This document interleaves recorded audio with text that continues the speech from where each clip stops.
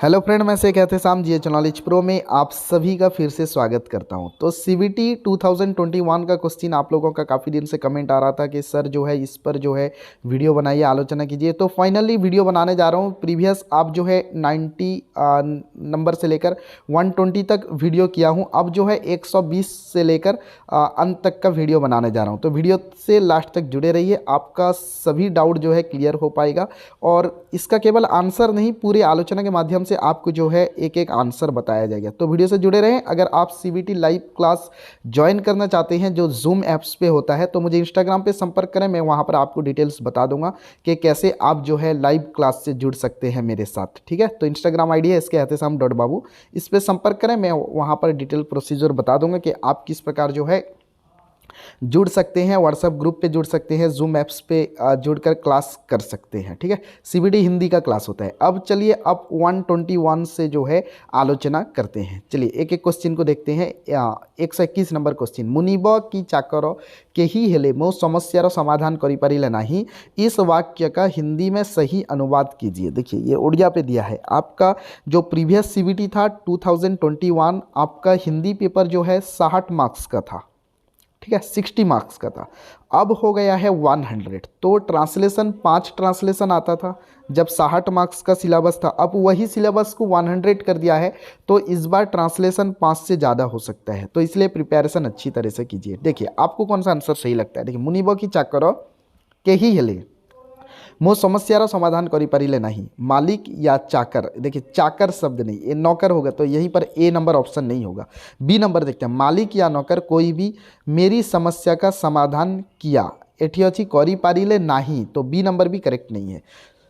स्वामी या नौकर कोई मेरी समस्या का समाधान करना नहीं चाहा, एठी अच्छी करिपारिले नहीं, तो डी नंबर करेक्ट है। ये तीन ऑप्शन गलत है। मालिक या नौकर कोई भी मेरी समस्या का समाधान ना कर सका, करिपारिले नहीं, ना कर सका। ठीक है, नेक्स्ट प्रश्न देखिए, आप अपने छात्रों को चिन्ह शब्द का शुद्ध उच्चारण निम्न प्रकार उच्चारित करते हुए सिखाएंगे। मैंने छात्रों को पढ़ो चिन्ह गोटे शब्द आसिला, अब उसको कैसे उच्चारण करके सिखाएं छात्र को के सही तरह से समझ पाए। देखिए चिन्ह जो है चौमक ह्रस्व मात्रा छोटी ई है, ये सभी पे है। ह पे हल मात्रा, ये देखिए किस पे है, ए नंबर पे है, डी नंबर पे है। ठीक है, उसके बाद 9, तो ए नंबर इसका करेक्ट है। चिन्ह चौ ह्रस्व मात्रा छोटी मात्रा, उसके बाद ह में हल मात्रा 9, चिन्ह ए होता है इसका सही रूप। तो ये संयुक्त रूप दिया है। जो अब जो है मानक मानकितर आप लोगों को पता होगा, ये जो है मानकितर रूप दिया है, यहाँ पर जो है मानक रूप है जो ए ऑप्शन पे आपको दिख रहा है, जो करेक्ट उत्तर है इसका। ठीक है, तो नेक्स्ट प्रश्न देखते हैं हम। भगवती चरण वर्मा द्वारा रचित उपन्यास चित्रलेखा के संबंध में निम्नलिखित कौन सा कथन सही नहीं है। तो चित्रलेखा उपन्यास आप पढ़े होंगे, तो एक कौन सा कथन इसमें से जो है सही नहीं है। तो देखते हैं, महाप्रभु रत्नांबर अपने दोनों शिष्यों को योगी कुमारगिरी और भोगी बीजगुप्त के पास भेजते हैं, ये तो सही है। ठीक है, इससे पूछा है क्या कि कौन सा सही नहीं है। इसका कथानक मौर्यकालीन सम्राट चंद्रगुप्त के शासन काल का है, ये भी सही है। चंद्रगुप्त के शासन काल का जो है इसका कथानक तो 123 अगर देखते हैं तो ये भी सही है। तो यह एक समस्या प्रधान उपन्यास है जो पाप पुण्य के प्रश्न पर आधारित है। बिल्कुल, क्योंकि सबसे पहले जो है दो जो विशालदेव और श्वेतांग दो शिष्य होते हैं, वो पूछते हैं कि गुरु पाप और पुण्य क्या है। उसी की खोज में जो है गुरु लेकर जाते हैं कुमारगिरी और विजगुप्त के पास। तो सी नंबर ऑप्शन भी करेक्ट है, लेकिन यहाँ पर क्वेश्चन है कि कौन सा कथन सही नहीं है, इसलिए प्रश्न को सही से पढ़ें। अगर आप पढ़ दिए भगवती चरण वर्मा द्वारा रचित उपन्यास चित्रलेखा के संबंध में निम्नलिखित कौन सा कथन सही नहीं है को भूल गए, तो आप ए पे करेक्ट कर देंगे, गलती हो जाएगी। सही नहीं है, क्वेश्चन को हमेशा लास्ट तक पढ़ें। तो चित्रलेखा पाटलिपुत्र की राजनर्तकी तथा महाप्रभु रत्नांबर की प्रेमिका है, ये गलत कथन है, ये कथन जो है सही नहीं है। तो इसका करेक्ट उत्तर है 123 का डी नंबर उत्तर जो है इसका करेक्ट है। नेक्स्ट देखते हैं 124 नंबर प्रश्न।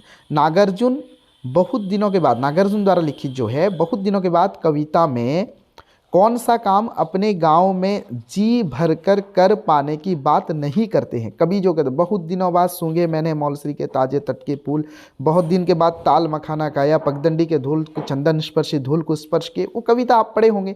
अब यहाँ पर प्रश्न है कि नागार्जुन द्वारा लिखित जो बहुत दिनों के बाद कविता में कौन सा काम अपने गाँव में जी भर के कर पाने की बात नहीं करते हैं?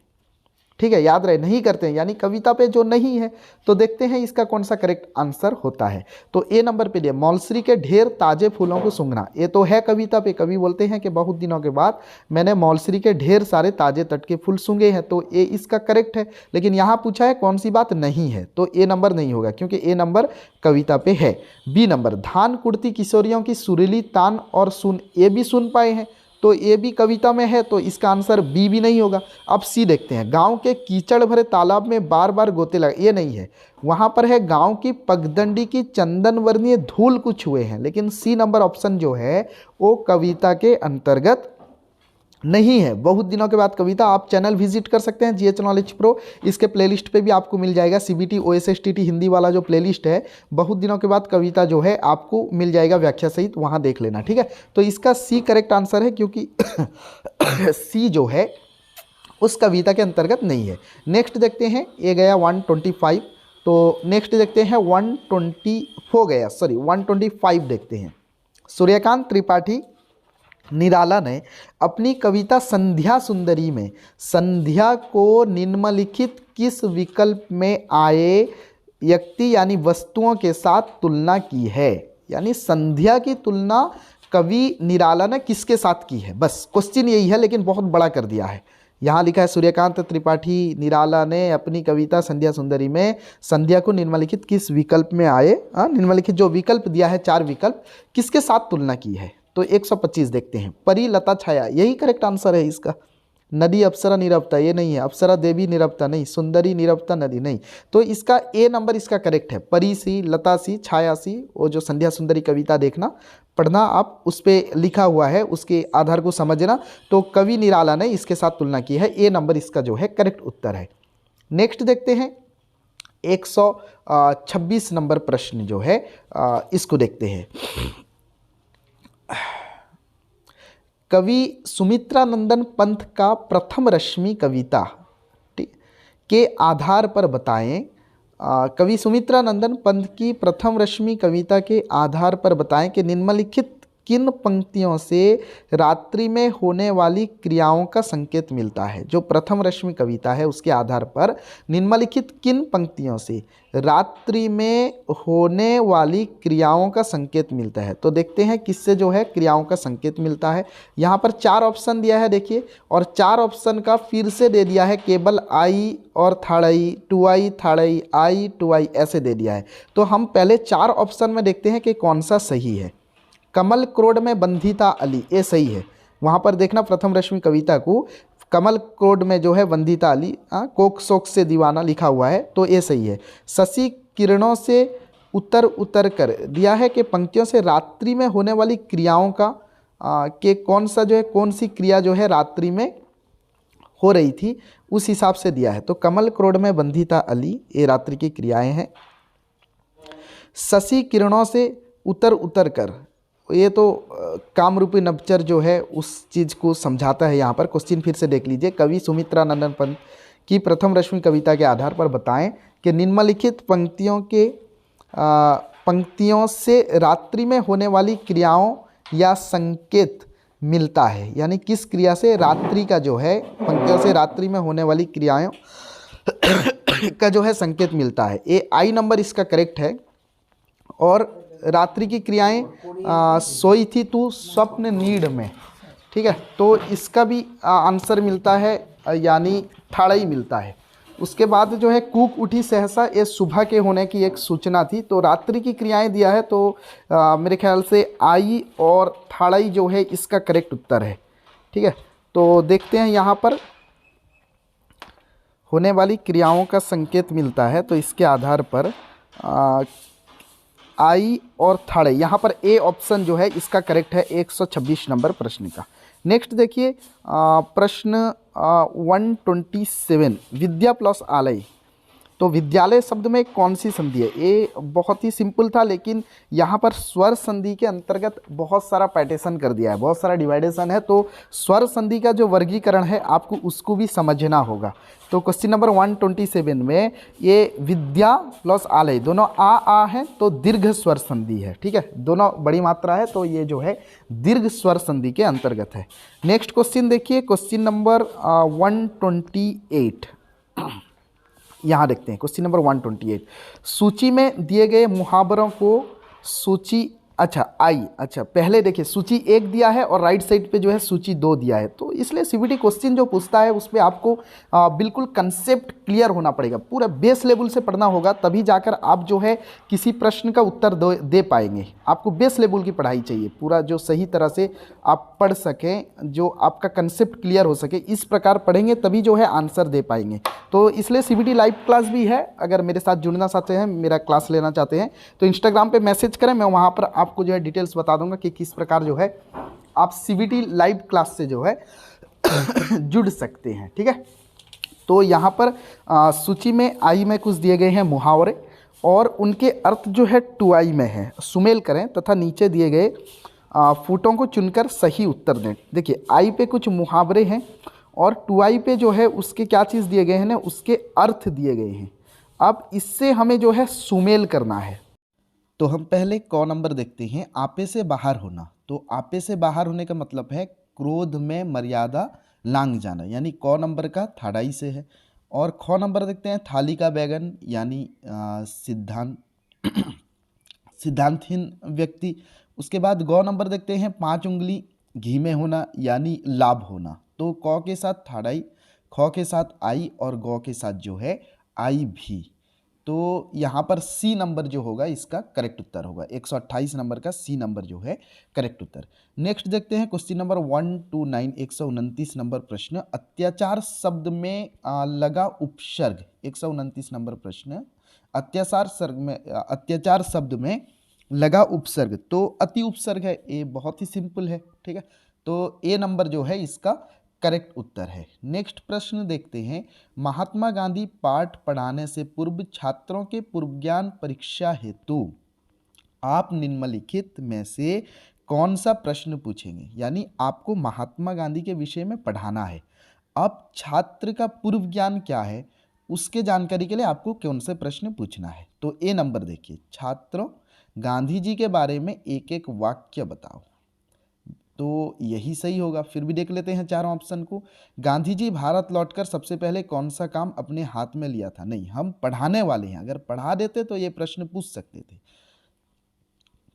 महात्मा गांधी पाठ के आधार पर बताएं कि गांधी जी कहाँ से लौटे थे। ये तो अभी पढ़ाए नहीं है, अगर पढ़ चुके होते छात्रा तो उसे हम पूछ सकते थे कि कहाँ से लौटे थे। महात्मा गांधी पाठ से आपको कौन सी शिक्षा मिली, तो अभी पढ़ाए नहीं है। अगर पढ़ाने से पहले पूर्व ज्ञान परीक्षण हेतु तो हम क्या पूछ सकते हैं ना, छात्र गांधी जी के बारे में एक एक वाक्य बताएं। तो ये है पूर्व ज्ञान परीक्षण हेतु हम जो है पूछ सकते हैं। नेक्स्ट प्रश्न क्वेश्चन नंबर 31, ऋषि शब्द का निम्नलिखित कौन सा रूप उच्चारण करते हुए आप अपने छात्रों को हिंदी की री का शुद्ध उच्चारण सिखाएंगे? मैं हमेशा बोलता हूँ कि क्वेश्चन बड़ा कर देता है सीबीटी पे।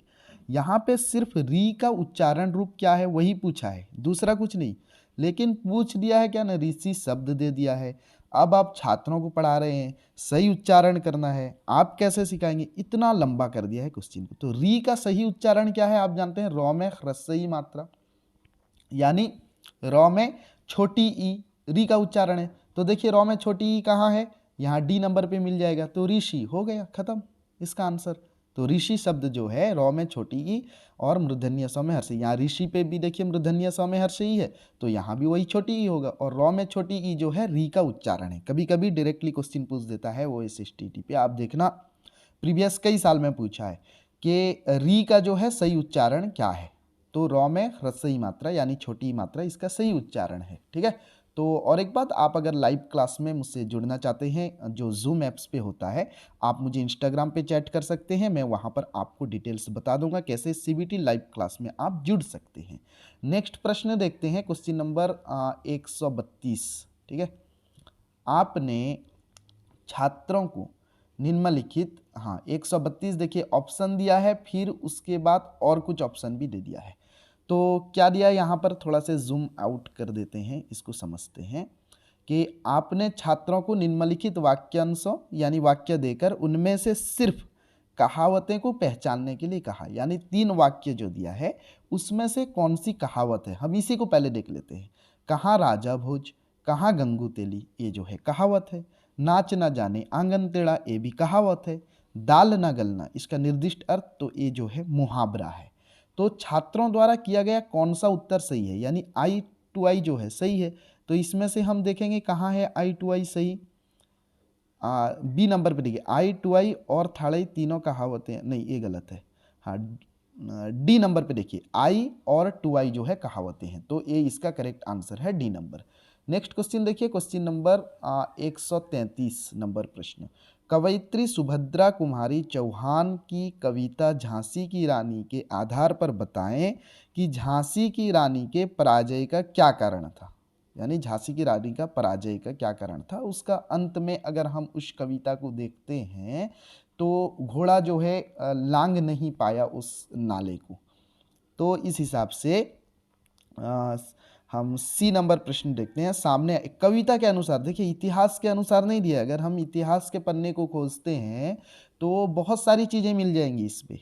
साथी राजाओं को उनके साथ विश्वासघात करना, ना आना समय से, बहुत सारी इतिहास पे जो है बहुत सारी बहस है। लेकिन यहाँ पर हम सिर्फ कविता के आधार पर देखते हैं कि कविता पे जो लिखी है उसी के आधार पर। तो यहाँ पर 133 नंबर प्रश्न का सी नंबर करेक्ट उत्तर है कि सामने आए नाले को नए घोड़े का पार करने में असमर्थ होना। नेक्स्ट प्रश्न देखते हैं, क्वेश्चन नंबर 134। आपने 134 आपने अपने छात्रों से विशेषण भेद और उनके एक एक उदाहरण शब्द पूछा। छात्रों द्वारा दिए गए निम्नलिखित उत्तरों में से गलत जोड़े वाले उत्तर की पहचान। यानी आपने छात्रों को पूछा कि विशेषण और उसका एक उदाहरण दे दीजिए। आप छात्र ये 4 दे दिए, अब इसमें छांटना है कि कौन सा गलत है। याद रखिए कौन सा गलत है, सही नहीं, कौन सा गलत है। संख्यावाचक विशेषण बहुत पानी, अरे यही तो गलत है। देखते हैं फिर भी दूसरा। सार्वनामिक विशेषण कोई व्यक्ति, हाँ हो सकता है कोई जो है सर्वनाम है, तो ये सही है। गुणवाचक विशेषण सुगंधित, ये जो गुण के अंतर्गत है। परिमाणवाचक विशेषण जो है थोड़ा चावल, ये भी जो है परिमाणवाचक विशेषण के अंतर्गत है। तो संख्यावाचक विशेषण का जो है एग्जाम्पल जो छात्र ने दिया वो गलत है। तो प्रश्न क्या पूछा है लास्ट में न, उत्तरों में से गलत जोड़े वाले की पहचान कीजिए। तो ये जो है संख्यावाचक विशेषण में बहुत पानी नहीं होगा, बहुत पानी परिमाणवाचक विशेषण में होगा। तो यहाँ पर संख्यावाचक विशेषण में दे दिया, तो गलत है। 134 का आंसर है ए नंबर। नेक्स्ट क्वेश्चन देखिए 135 नंबर प्रश्न। उपकुल शब्द में कौन सा समास जो है, उपकुल शब्द में कौन सा समास है, उप और कुल, ठीक है। ये बीच का जो अव्यय हट जाता है तो अव्ययी भाव होगा। 135 नंबर का जो है ए नंबर जो है इसका करेक्ट आंसर। उपकुल में जो है उप और कुल अव्ययी भाव समास के अंतर्गत है। नेक्स्ट प्रश्न देखते हैं 136 नंबर प्रश्न। ये भी थोड़ा बड़ा है, इसे जूम आउट कर देते हैं, ठीक है। हाँ प्रश्न देखिए 136 नंबर प्रश्न। छात्रों के क्रियाभेद संबंधी ज्ञान के परीक्षण के लिए आपने निम्नलिखित वाक्य लिखा कि छात्र क्रियाभेद के विषय में कितना जानते हैं। उसके परीक्षण के लिए मानो शिक्षक ने इस 3 वाक्यों को लिख दिया, ठीक है। अब उसका फिर हमें आंसर जो है छांटना है।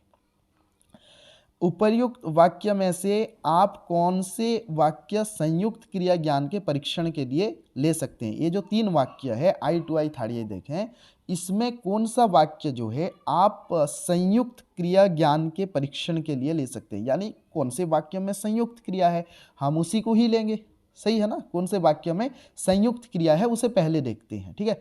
तो मुझे अपनी बात कहने दो, देखिए बात कहने दो, ये जो है संयुक्त क्रिया है क्योंकि 2 क्रियाएं आई हैं, ठीक है। कहने देना, ठीक है, तो 2 क्रियाएं आई हैं।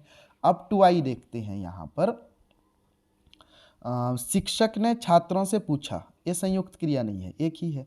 अब वह चल सकता है, चलना सकना 2 क्रिया है, तो थर्ड आई भी जो है संयुक्त क्रिया है। तो आई थर्ड आई को हम क्या कर सकते हैं न, संयुक्त क्रिया ज्ञान के परीक्षण के लिए ले सकते हैं, क्योंकि उसमें संयुक्त क्रियाएं हैं। तो देखिए बी नंबर इसका करेक्ट आंसर है। आई और थाड़ई दोनों को हम जो है ले सकते हैं। क्वेश्चन नंबर 137, बड़े बड़ाई ना करें, बड़े ना बोले बोल, रही मन हीरा कब कहे लाख टिका का मोल। इन पंक्तियों में आया बड़े शब्द का प्रयोग किस रूप में हुआ है? देखिए बड़े जो है जनरली क्या शब्द है, विशेषण शब्द है, लेकिन यहाँ पर इसका मीनिंग देखने से क्या पता चलता है न, यहाँ पर बड़े शब्द जो है एक क्रियार्थक संज्ञा के रूप में भी एक संज्ञा के रूप में आया, क्रियार्थक संज्ञा नहीं है। बड़े बड़ाई ना करें, बड़े ना बोले बोल, तो एक संज्ञा के रूप में जो है यहाँ पर आया है। क्वेश्चन नंबर 137, तो बी नंबर इसका जो है करेक्ट उत्तर है। नेक्स्ट प्रश्न देखते हैं, क्वेश्चन नंबर 138, आपने अपने छात्रों को लिंग परिवर्तन संबंधी नियम बताते समय अध्यापक को निम्नलिखित कौन सा कथन प्रस्तुत करना गलत है? यानी आप जो है पुल्लिंग और स्त्रीलिंग शब्द के बारे में पढ़ा रहे हैं, आप इनमें से कौन सा नियम जो है गलत है ये छांटना है। दिया है अपने छात्रों को लिंग परिवर्तन संबंधी नियम बताते समय अध्यापक को निम्नलिखित कौन सा कथन प्रस्तुत करना गलत है। तो देखते हैं कौन सा गलत है। औकारांत पुल्लिंग शब्द के साथ आ जोड़कर उसे स्त्रीलिंग शब्द बनाया जाता है, ये बिल्कुल सही है। जो औकारांत है आ जोड़कर, जैसे छात्र है छात्रा, जोड़कर जो है पुल्लिंग शब्द को स्त्रीलिंग रूप जो है बनाते हैं, ये सही है। लेकिन हमको गलत चुनना है कि गलत कौन सा है। औकारांत पुल्लिंग शब्द के साथ दीर्घई जोड़कर उसे स्त्रीलिंग शब्द बनाया जाता है, ये भी जो है सही है कि औकारांत शब्द जो है उसे जो है आकरण शब्द आकरण शब्द पुल्लिंग शब्द के साथ दीर्घई जोड़कर जो है उसे स्त्रीलिंग रूप बनाए जाते हैं, ये भी सही है। पुल्लिंग शब्द के अंत में आने वाले वान को वती शब्द में बदलकर जो है उसे स्त्रीलिंग। दूसरा नंबर बी जो है आकरांत है, जैसे लड़का लड़की हम बनाते हैं। अब सी नंबर पुल्लिंग शब्द के अंत में आने वाले वान को वती शब्द में बदलकर उसे स्त्रीलिंग शब्द बनाया जाता है, ये भी ठीक है। जो है हम वान को वती, जैसे भगवान भगवती ऐसे बनाते हैं, जो स्त्रीलिंग शब्द जो है बना देते हैं। अब नेक्स्ट देखिए डी नंबर, पुल्लिंग शब्द के अंत में आने वाली दीर्घई को या में बदलकर उस शब्द को स्त्रीलिंग बनाया जाता है, ये गलत है। दीर्घई को या में बदलकर उसे स्त्रीलिंग नहीं बनाया जाता, उसे जो है बहुवचन बनाया जाता है। जैसे नदी, दो में दीर्घई मात्रा है, ठीक है, बड़ी मात्रा है। अब उसका बहुवचन करते हैं तो नदियाँ, दो में ह्रस्व हो जाएगा। वहाँ पर याद रखिए दीर्घईकारांत शब्द जो है स्त्रीलिंग शब्द को बहुवचन में जो है ह्रस्व हो जाता है और यहाँ लगता है। तो यहाँ पर लिंग संबंधी ज्ञान पढ़ा रहे हैं, तो ए डी नंबर जो है इसका गलत आंसर है, क्योंकि इससे वचन बदलता है, पुल्लिंग और स्त्रीलिंग रूप नहीं। अब देखिए निम्नलिखित गद्यांशों को ध्यान से पढ़ते हुए उससे जुड़े प्रश्न से सही उत्तर तो ध्यान से पढ़ना है हमें, ठीक है। तो इससे जुड़े यानी एक अनसिंग पैसेज जो आता है उससे पूछा है ये प्रश्न। किसी भी प्रकार की सफलता, हम पैराग्राफ को पढ़ना है, उस रिलेटेड जितना क्वेश्चन पूछा होगा उसका जो है हमें जवाब ढूंढना है, जवाब देना है। किसी भी प्रकार की सफलता के ताले को खोलने के लिए परिश्रम नाम की कुंजी की आवश्यकता होती है। सफल जीवन का रहस्य ही परिश्रम है। परिश्रम करने वाले बाधाओं से घबराते नहीं, अपितु वे और प्रोत्साहित होकर उनका डटकर सामना करते हैं। बाया मधुमक्खी, चींटी और दीमक अथक परिश्रम करने वालों के सुंदर उदाहरण हैं। कौन कौन? चार दिया, बाया, मधुमक्खी, चींटी और दीमक अथक परिश्रम करने वालों के जो है एक उदाहरण है, सुंदर उदाहरण है। परिश्रम का दूसरा नाम है तपस्या या साधन। सभी कार्यों की सिद्धि उद्यम अथवा परिश्रम से ही होती है, केवल मनोरथ से नहीं। बिल्कुल, केवल हम मन में जमाए रखें कि हाँ हो जाएगा, नहीं होगा। इसके लिए जो हमें उद्यम करना होगा, परिश्रम करना होगा। अब 139 नंबर प्रश्न इसी में से आया कि जिसको बढ़ावा दिया गया हो, वाक्यांश के लिए गद्यांश में कौन से एक शब्द का प्रयोग हुआ है? देखिए बढ़ावा देने के अर्थ में प्रोत्साहित वाक्य में आया है, ठीक है। तो ये इसका करेक्ट उत्तर है। प्रोत्साहित एक बार देख लेते हैं हम इस पैराग्राफ को। देखिए प्रोत्साहित कहाँ है न, परिश्रम करने वाले बाधाओं से घबराते नहीं अपितु वो और भी प्रोत्साहित होकर, यानी और भी बढ़ने के अर्थ में यहाँ पर प्रयोग किया गया है। तो यहाँ पर पूछा है वही कि जिसको बढ़ावा दिया गया हो, वाक्यांशों के लिए गद्यांशों में कौन से एक शब्द का प्रयोग हुआ है, तो प्रोत्साहित एक शब्द का प्रयोग हुआ है। नेक्स्ट प्रश्न देखिए 140 नंबर। तो मैं फिर से एक बार आपको बोल दूं कि अगर सीबीटी लाइव क्लास लेना चाहते हैं, लाइव क्लास करना चाहते हैं, जो जूम ऐप्स पे होता है, आप कोई भी सवाल जो है आप लाइव पे पूछ सकते हैं। मैं सामने वीडियो पे आपको पढ़ाता हूं। आपका सीबीटी हिंदी टोटल पेपर, आप विधि हो, ग्रामर हो, प्रोज पोइट्री, निबंध, उपन्यास, कुछ भी हो तो लेना चाहते हैं तो मेरा इंस्टाग्राम आईडी इसके एहतेशाम.बाबू, इस पे जो है मुझे मैसेज करें, मैं आपको डिटेल्स वहाँ पर बता दूंगा, क्योंकि व्हाट्सअप नंबर में वहाँ पर शेयर नहीं कर सकता। आप मैसेज करें, मैं बता रहा हूँ, उसके बाद आपको ग्रुप पे ऐड करना है, फिर आप जूम ऐप्स पे जो है क्लास कर सकते हैं। तो देखते हैं 140 नंबर प्रश्न, परिश्रम और सफलता एक दूसरे से कैसे जुड़े हैं। हमें किसके आधार पर जवाब देना है, आंसर देना है कि वहाँ जो पैसेज है, हाँ, तो उस पैसेज को पढ़ने से पता चलता है परिश्रम और सफलता कुंजी और ताले के जैसे हैं। उस पैसेज पे कुंजी और ताले के जैसे जुड़े हुए हैं। नेक्स्ट प्रश्न 141 नंबर प्रश्न, गद्यांश के अनुसार, वही जो पढ़े हैं हम पैसेज, गद्यांश के अनुसार परिश्रम की मिसाल हमें निम्न में से किनसे मिलती है। तो हम वहाँ पढ़े थे कि मधुमक्खी, दिम्बक, चींटी आदि से मिलती है, बाया आदि से 4 चीज़ दिया था, ठीक है, 4 जीव का नाम दिया था। तो गद्यांश के अनुसार परिश्रम की मिसाल हमें किससे मिलती है, तो ए नंबर बाया पक्षी और मनुष्य, वहाँ पर मनुष्य नहीं था तो ये गलत है। बी नंबर संसार के प्रत्येक प्राणी, तो गद्यांश के अनुसार ए नहीं है। सी नंबर मधुमक्खी और दिम्बक, ये गद्यांश में है। चिड़िया और विद्यार्थी, विद्यार्थी नहीं है, तो सी नंबर जो है इसका करेक्ट आंसर है। मधुमक्खी और दिम्बक ये दोनों जो है गद्यांश के अंतर्गत है। नेक्स्ट प्रश्न देखिए, गद्यपाठ शिक्षण विधि, गद्यपाठ शिक्षण में प्रस्तावना के बाद पाठ के प्रस्तुतिकरण के अंतर्गत 3 महत्वपूर्ण सोपान हैं जिनके क्रम को नीचे उलट पुलट कर दिया गया है। देखिए आप ये विधि के अंतर्गत से है, ठीक है, ये विधि से लिया गया है। गद्य पाठ विधि, पद्य पाठ विधि, व्याकरण पाठ विधि, आपका लाइव क्लास पे ये भी पढ़ाया जाएगा, आपको विधि के विषय में भी संपूर्ण ज्ञान दिया जाएगा। तो गद्य पाठ, तो आप जुड़ सकते हैं लाइव क्लास पे इंस्टाग्राम पे मैसेज करके। गद्य पाठ शिक्षण में प्रस्तावना के बाद पाठ में के प्रस्तुतिकरण के अंतर्गत जी, यानी जो प्रस्तुतिकरण होता है उसमें 3 महत्वपूर्ण सोपान आते हैं जिनके क्रम को नीचे उलट पुलट कर दिया गया है। यानी प्रस्तुतिकरण में कौन कौन से सोपान जो है आते हैं उसको कुछ उलट पुलट करके जो है यहाँ पर दिया गया है। अब हमको इसमें से छांटना क्या है न, शिक्षण विधि के अनुसार प्रस्तुतिकरण के इन 3 सोपान का सही क्रम क्या है, हमें निकालना है इसका सही क्रम जो है क्या चीज़ है। तो पहले हम इसको देखते हैं, ठीक है। देखिए सबसे पहले दिया है विश्लेषण, वाचन, व्याख्या। तो पहले तो वाचन करना होगा, शिक्षक वाचन करेंगे तभी विद्यार्थी फिर जो है अनुकरण वाचन करेंगे, फिर जो है उसकी क्या होगी ने, फिर जो है उसकी व्याख्या होगी, समझ पा रहे हो, फिर जो है उसके बाद जो है विश्लेषणात्मक प्रश्न पूछेंगे। तो सबसे पहले जो है वाचन है, ठीक है, उसके बाद व्याख्या करना है, या फिर उसके पहले जो है कुछ शब्द निवारण करने भी होते हैं, फिर उसके बाद जो है विश्लेषणात्मक पर प्रश्न पर आते हैं, या फिर उसके बाद के सोपान को जाते हैं, फिर या लास्ट सोपान को उसके बाद है। तो सबसे पहले है ये प्रस्तुतिकरण सोपान पे क्या होता है, पुनरावृत्ति नहीं, प्रस्तुतिकरण के सोपान पे है। तो वाचन के बाद यहाँ पर क्रम अगर देखते हैं तो व्याख्या, उसके बाद जो है विश्लेषण, ठीक है, लाइव क्लास पे ये सारा चीज़ पढ़ाया जाता है।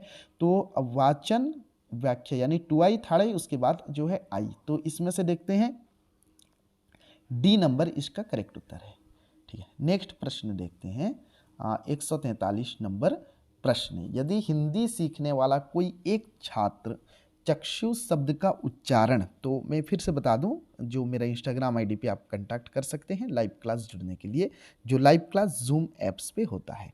यदि हिंदी सीखने वाला कोई छात्र, एक छात्र चक्षु शब्द का उच्चारण गलत कर रहा है तो निम्नलिखित कौन सा उच्चारण करते हुए आप उसका सही उच्चारण सिखाएंगे। यानी यहाँ पर सीधे अगर प्रश्न पूछता तो क्ष का जो है विस्तारित रूप क्या है।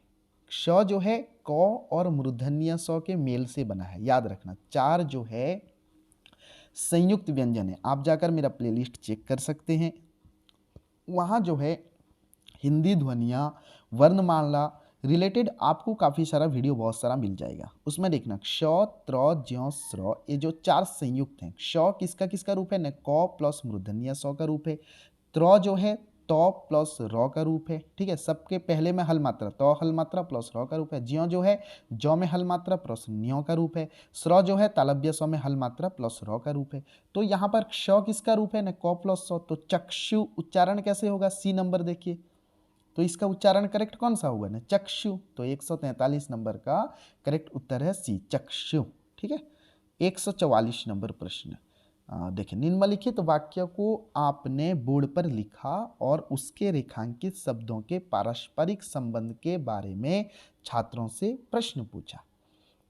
छात्र से उत्तर के रूप में मिले विकल्पों में से कौन सा विकल्प सही है? यानी इस वाक्य को लोग कहते हैं कि सोना तपकर कंचन बनता है। आपने ब्लैक बोर्ड पर लिख दिया है, सोना के नीचे अंडरलाइन और कंचन के नीचे अंडरलाइन कर दिया है। अब छात्र से पूछ रहे हैं कि इन दोनों पद में क्या संबंध है, ये दोनों जो है वर्ड है इस पे क्या संबंध है। तो देखते हैं, सोना कंचन ये पर्यायवाची शब्द है। ठीक है, तो इसका करेक्ट उत्तर कौन सा होगा? आप देखिए न, सी नंबर, एक दूसरे के पर्यायवाची। विलोम शब्द नहीं है, विरोधार्थक शब्द नहीं है, भिन्नार्थक शब्द नहीं है। सोना जो है कंचन वही है, एक पर्यायवाची शब्द है। तो सी नंबर इसका करेक्ट उत्तर है। नेक्स्ट प्रश्न, क्वेश्चन नंबर 145।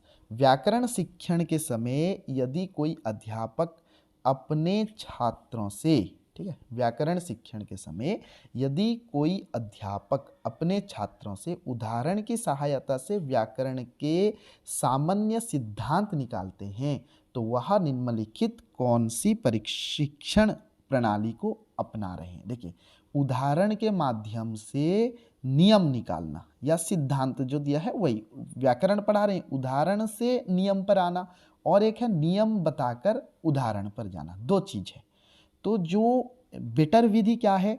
ने उदाहरण दें उसके बाद नियम पे आए, जिसे बोलते हैं आगमन। उदाहरण से नियम पर आते हैं तो आगमन, और नियम से उदाहरण पर जाते हैं तो निगमन। पहले नियम से गए निगमन, उदाहरण से आए आगमन। इसे याद रखें आसान से, उदाहरण से आना है आगमन, नियम से जाना है नियम, निगमन। नियम से जाना है तो उदाहरण से आने को क्या कहते हैं? आगमन विधि। तो इसका करेक्ट उत्तर है ए नंबर। ये विधि के अंतर्गत है। जिस समय आपको जो लिव क्लास ज्वाइन कर चुके हैं, आपको ये तो पढ़ाया नहीं गया, जिस समय पढ़ाया जाएगा आप जो है एक एक चीज क्लियर हो पाएंगे। जो जुड़ना चाहते हैं वो भी जुड़ सकते हैं। क्वेश्चन नंबर 146, ये थोड़ा बड़ा प्रश्न दे दिया है, इसे हम जूम आउट करके देखते हैं। क्वेश्चन नंबर जो है 146, आप कक्षा में वाक्य भेद की पहचान के नियमों के बारे में पढ़ा रहे हैं। वाक्य भेद के पहचान के नियम पढ़ा रहे हैं। इस संदर्भ में केवल संयुक्त वाक्य की पहचान के लिए निम्नलिखित कौन से कथन में को प्रस्तुत करना सही होगा? यानी हम संयुक्त वाक्य, इसे देख लेना है सीधा सीधा कौन से संयुक्त वाक्य है वही सही होगा। ये दिया है क्या ना, आप कक्षा में वाक्य भेद की पहचान के नियम के बारे में पढ़ा रहे हैं।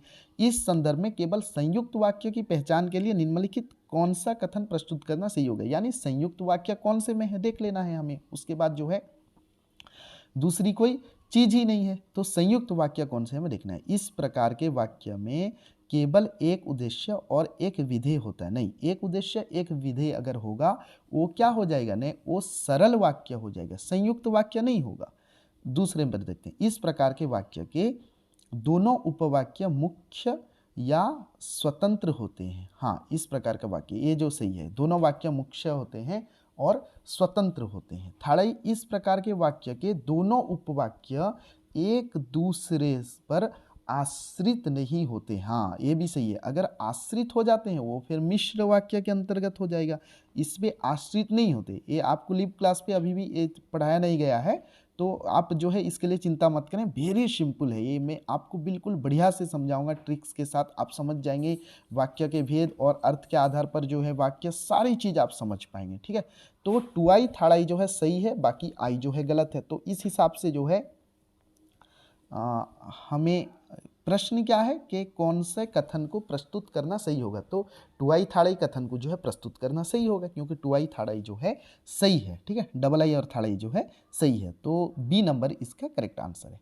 नेक्स्ट क्वेश्चन देखते हैं, क्वेश्चन नंबर 147, ठीक है, 147 महादेवी वर्मा द्वारा रचित गौरा संस्मरण, ठीक है, महादेवी वर्मा द्वारा रचित गौरा संस्मरण के अंत में प्रयुक्त आह मेरा गोपालक देश उक्ति से लेखिका निम्नलिखित कौन सी बात को दर्शाती है। देख, गोपालक देश भारत को संबोधित किया गया, लेकिन यहाँ पर प्रश्न क्या है ने इस उक्ति से लेखिका निम्नलिखित कौन सी बात को दर्शाती है। जिस समय गौरांगिनी यानी गौरा की मृत्यु हो गई, उसे जो है सुई चुभने से उसकी मृत्यु हुई थी, हाँ, उसको ग्वाल बालक ने सुई खिला दिया था। क्यों? क्योंकि महादेवी वर्मा गौरा आने के बाद ग्वाल बालक से दूध लेना जो है बंद कर दी थी, अब उसको जो है जेलस फील हो रहा था, हाँ, इसलिए जो है क्या किया ने ग्वाल बालक ने महादेवी वर्मा जी की गाय को क्या किया ने सुई खिला दिया। तो यहाँ पर महादेवी वर्मा के दुख के साथ बोलते कि आह मेरा गोपालक देश, जिस समय जो है गौरांगिनी को लेकर गंगा में समर्पित करने जा रही थी। उक्ति के लेखक में निम्नलिखित कौन सी बात को दर्शाते? गोपालक देश भारत की महानता है, ये सही है, लेकिन यहाँ पर जो है महादेवी वर्मा जो बोली है कि महादेवी वर्मा द्वारा रचित गौरा संस्मरण के अंत में प्रयुक्त आह मेरा गोपालक देश उक्ति में लेखिका निम्नलिखित कौन सी बात को दर्शाती? लेखिका का वहां पर कहने का उद्देश्य क्या है, तो उस चीज को देखते हैं। क्वेश्चन नंबर 147 का, भारतीय संस्कृति में गाय के प्रति पाई जाने वाली सद्भाव, सदियों से भारतीय समाज में व्याप्त गोपालक की परंपरा, समाज में व्याप्त ईर्ष्या एवं स्वार्थ, हाँ ये हो सकता है, स्वार्थपरता की और व्यंग करने की जो है कोशिश की गई है। यहाँ पर व्यंग करके जो है ये बात बोली गई। 147 इसका करेक्ट आंसर जो है डी नंबर इसका करेक्ट आंसर है। नेक्स्ट प्रश्न देखिए, क्वेश्चन नंबर 148, ये भी थोड़ा बड़ा प्रश्न दे दिया है। कक्षा में 3 छात्रों को 3 अलग अलग वाक्य देकर आपने उनके काल भेद के नाम पूछे। 3 छात्र थे और उनको 3 अलग अलग वाक्य दे दिए, और अलग अलग कक्षा में 3 छात्रों को 3 अलग अलग वाक्य देकर आपने उनके काल भेद के नाम पूछे। छात्रों ने निम्नलिखित उत्तर दिया। अब इसमें से हमें चुनना है, छांटना है कि कौन सा सही है और कौन सा गलत है। अब देखते हैं हम। बच्चे ने दूध पी लिया होगा, देखिए होगा संदिग्ध भूत है, सही है, क्योंकि यहाँ जो है संदेह है। बच्चे ने दूध पी लिया होगा संदिग्ध भूतकाल, ये सही है। वह आए तो मैं जाऊं, सामान्य भविष्य काल के अंतर्गत। उसके बाद थाड़ पे दिया है सूर्य पश्चिम से सूर्य पश्चिम में डूबता है, तो इसका ये जो है करेक्ट तत्कालिक वर्तमान के अंतर्गत नहीं है, तो आई टू आई जो है सही है। तो इस हिसाब से यहाँ पर 148 का हम देखते हैं कौन सा होगा, तो डी नंबर इसका करेक्ट उत्तर है कि आई सही है और 2i सॉरी इसको देखते हैं, आई सही है, तो वह आएंगे। थोड़ा सा कंफ्यूज, 1 मिनट फिर से हम देखते हैं इस क्वेश्चन को। हाँ वही है, यहाँ पर आई और 2i, इसका शायद डी होगा, लेकिन ऐसे दे दिया है कि आई सही है और 2i, इसका एक्चुअली करेक्ट आंसर है कि आई सही है, 2i भी सही है और थर्ड आई गलत है। तो उस हिसाब से आप जो है ऑप्शन देख लीजिए। तो नेक्स्ट प्रश्न देखें, तो इसका डी ही होगा, क्योंकि आई सही और 2i यानी आई 2i दोनों सही है, थोड़ा ऑप्शन इधर उधर कर दिया है, थर्ड आई जो है जो गलत है। नेक्स्ट प्रश्न देखिए, क्वेश्चन नंबर 149, प्रधान शिक्षक प्रार्थना गृहरे उपस्थित अछंती, इस वाक्य का हिंदी में सही अनुवाद क्या होगा? प्रधानाचार्य प्रार्थना सभा में उपस्थित हैं, यही सही है। दूसरा देखते हैं कौन सा, बी नंबर देखते हैं क्या है, प्रधानाचार्य प्रार्थना सभा में उपस्थित है, देखिए हैं एक रिस्पेक्टेड व्यक्ति हैं तो हैं लगेगा, बाकी तीनों में देखिए है लगा है तो है ही सही है, ठीक है। नेक्स्ट प्रश्न देखिए, क्वेश्चन नंबर 150 अंत का प्रश्न है। तो मैं आपको फिर से बता दूं कि सीबीटी लाइव क्लास अगर जुड़ना चाहते हैं तो sk.ehtasam.babu इंस्टाग्राम आईडी है, इस पर चैट करें, मैं वहां पर आपको बता दूंगा कैसे आपको व्हाट्सएप ग्रुप पे ऐड होना है और जूम ऐप्स पे कैसे जो है क्लास करना है, सारा डिटेल्स मैं आपको बता दूंगा। तो देखिए 150 अंतिम प्रश्न, आप अपने छात्रों से श्रुत लेखन करवाते हुए क्रिएटिव राइटिंग करा रहे हैं आपको एक शब्द के 4 अलग अलग वर्तनी वाले शब्द मिले, वर्तनी के अनुसार इनमें से कौन सा शब्द शुद्ध है। यानी सीधा प्रश्न देखें तो ईर्ष्या का जो है कौन सा स्पेलिंग सही है बस, और दूसरा क्यों नहीं। वर्तनी का मतलब वही स्पेलिंग है, ईर्ष्या का कौन सा स्पेलिंग सही है। तो हम देखते हैं ईर्ष्या 1 नंबर ही सही है, ए नंबर, हाँ बाकी सब गलत है, तो ए नंबर ही इसका जो है करेक्ट उत्तर है। तो आप जो है अब वीडियो यहीं रखते हैं, फिर मिलते हैं और एक वीडियो के साथ। आपका अगर और कुछ ज़रूरत है तो कमेंट पे ज़रूरत के हिसाब से आप कमेंट कर सकते हैं। तो नेक्स्ट मिलते हैं और एक वीडियो के साथ, तब तक के लिए आज्ञा दीजिए। जय हिंद।